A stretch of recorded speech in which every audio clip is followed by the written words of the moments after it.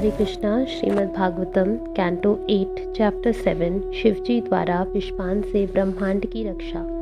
सुखदेव गोस्वामी ने कहा, हे कुरुश्रेष्ठ महाराज परीक्षित, देवों तथा असुरों ने सर्पराज वासुकी को बुलाया और उसे वचन दिया कि वे उसे अमृत में भाग देंगे। उन्होंने वासुकी को मंदर पर्वत के चारों ओर मथने की रस्सी की भांति लपेट दिया और क्षीर सागर में मंथन द्वारा अमृत उत्पन्न करने का बड़ी प्रसन्नता पूर्वक प्रयत्न किया।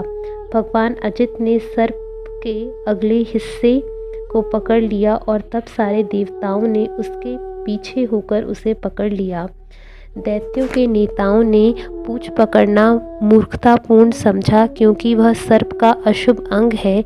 इसके स्थान पर वे अगला हिस्सा पकड़ना चाहते थे, जिसे भगवान तथा देवताओं ने पकड़ रखा था, क्योंकि वह भाग शुभ तथा महिमा युक्त था।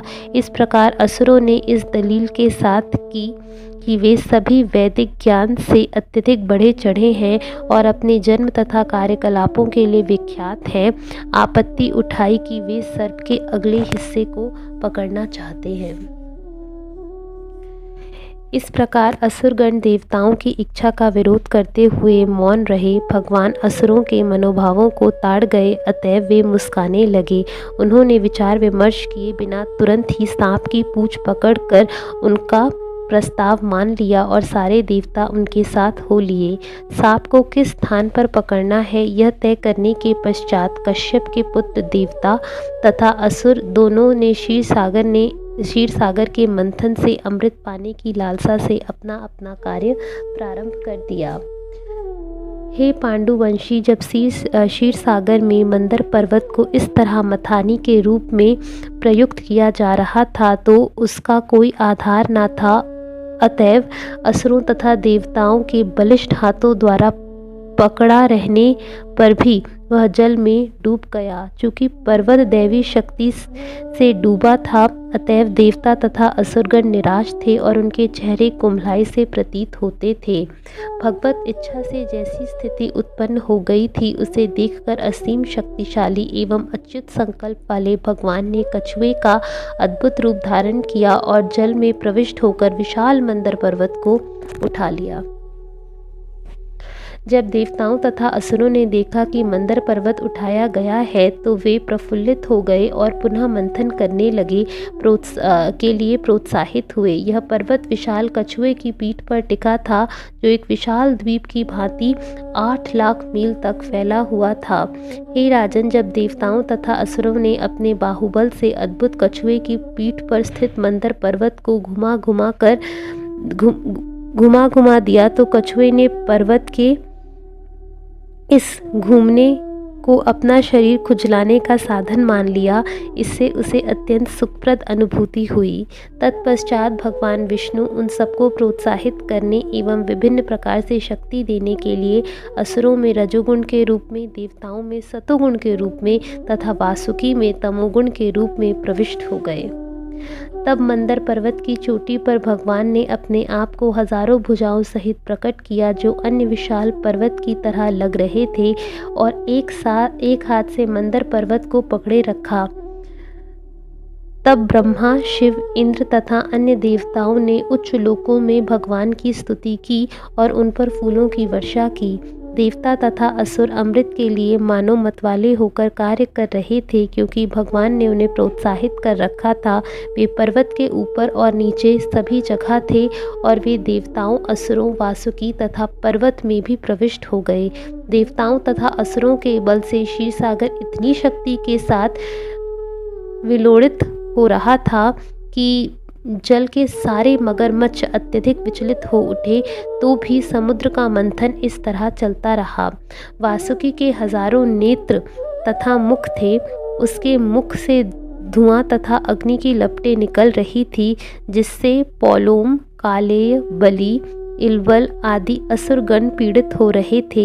इस तरह सारे असुर, जो जंगल की आग से जले हुए सरल वृक्ष की भांति प्रतीत हो रहे थे, धीरे धीरे शक्तिहीन होते गए।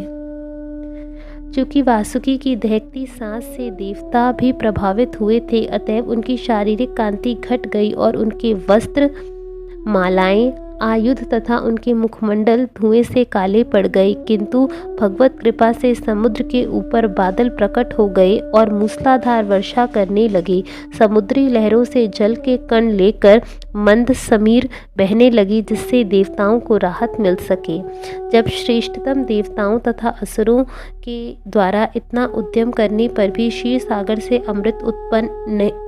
अमृत नहीं निकला, तो स्वयं भगवान अजित ने समुद्र को मथना प्रारंभ किया। भगवान श्याम बादल की भांति दिख रहे थे। वे पीले वस्त्र पहने थे, उनके कान के कुंडल बिजली की तरह चमक रहे थे और उनके बाल कंधों पर बिखरे हुए थे। वे फूलों की माला पहने थे और उनकी आंखें गुलाबी थी। विश्वधर में अभय देने वाली अपनी बलिष्ठ यशस्वी भुजाओं से उन्होंने वासुकी को पकड़ लिया और वे मंदर पर्वत को मथानी बनाकर समुद्र का मंथन करने लगे। जब वे इस प्रकार व्यस्त थे तो वे इंद्रनील नामक सुंदर पर्वत की भांति प्रतीत हो रहे थे। मछलियाँ, हांगर, कछुए तथा सर्प अत्यंत विचलित एवं शुद्ध थे। सारा समुद्र उत्तेजित हो उठा और व्लेह, समुद्री हाथी, घड़ियाल तथा तिमिंगल मछली जैसे बड़े बड़े जलचर सतह पर आ गए। जब इस प्रकार से समुद्र मंथन हो रहा था तो इससे सर्वप्रथम हालहल नामक घातक विष उत्पन्न हुआ। हे राजन, जब वह उग्र विष ऊपर नीचे था सभी दिशाओं में वेग के साथ फैलने लगा और सारे देवता भगवान समेत शिवजी सदाशिव के पास गए। अपने को असुरक्षित तथा अत्यंत भयभीत पाकर वे सब उनकी शरण मांगने लगे। देवताओं ने शिवजी को तीनों लोकों के मंगलमय अभ्युदय हेतु तपस्या करते हुए अपनी पत्नी भवानी सहित कैलाश पर्वत की चोटी पर देखा। मुक्ति की कामना करने वाले मुनिगण उनकी पूजा कर रहे थे। देवताओं ने उन्हें प्रणाम किया और आदरपूर्वक प्रार्थना की। प्रजापतियों ने कहा, हे देवश्रेष्ठ महादेव, हे समस्त जीवों के परमात्मा तथा उनकी सुख समृद्धि के कारण, हम आपके चरण कमलों की शरण में आए हैं। अब आप तीनों लोकों में फैलने वाले इस उग्र विष से हमारी रक्षा करें। हे प्रभु, आप सारे विश्व के बंधन तथा मोक्ष के कारण हैं, क्योंकि आप इसके शासक हैं। जो लोग आध्यात्मिक चेतना में बढ़े चढ़े हैं वे आपकी शरण में जाते हैं, अतएव आप उनके कष्टों को दूर करने वाले हैं और आप ही उनकी मुक्ति के कारण हैं, अतएव हम आपकी पूजा करते हैं। हे प्रभु, आप स्वयं प्रकाशित एवं सर्वश्रेष्ठ हैं। आप अपनी निजी शक्ति से इस भौतिक जगत का सृजन करते हैं और जब आप सृष्टि, पालन तथा संहार का कार्य करते हैं तो ब्रह्मा, विष्णु तथा महेश्वर के नाम अपना कर लेते हैं। आप समस्त कारणों के कारण आत्म प्रकाशित अचिंत्य निराकार ब्रह्म हैं, जो मूलतः पर ब्रह्म है। आप इस दृश्य जगत में विविध शक्तियों को प्रकट करते हैं। हे स्वामी, आप वैदिक ज्ञान के मूल स्रोत हैं। आप भौतिक सृष्टि, प्राण, इंद्रियों, 5 तत्वों, 3 गुणों तथा महत तत्वों के मूल कारण हैं। आप नित्य, काल, संकल्प तथा सत्य और ऋत कही जाने वाली 2 धार्मिक प्रणालियां हैं। आप 3 अक्षरों अ, उ तथा म वाले ओम शब्द के आश्रय हैं।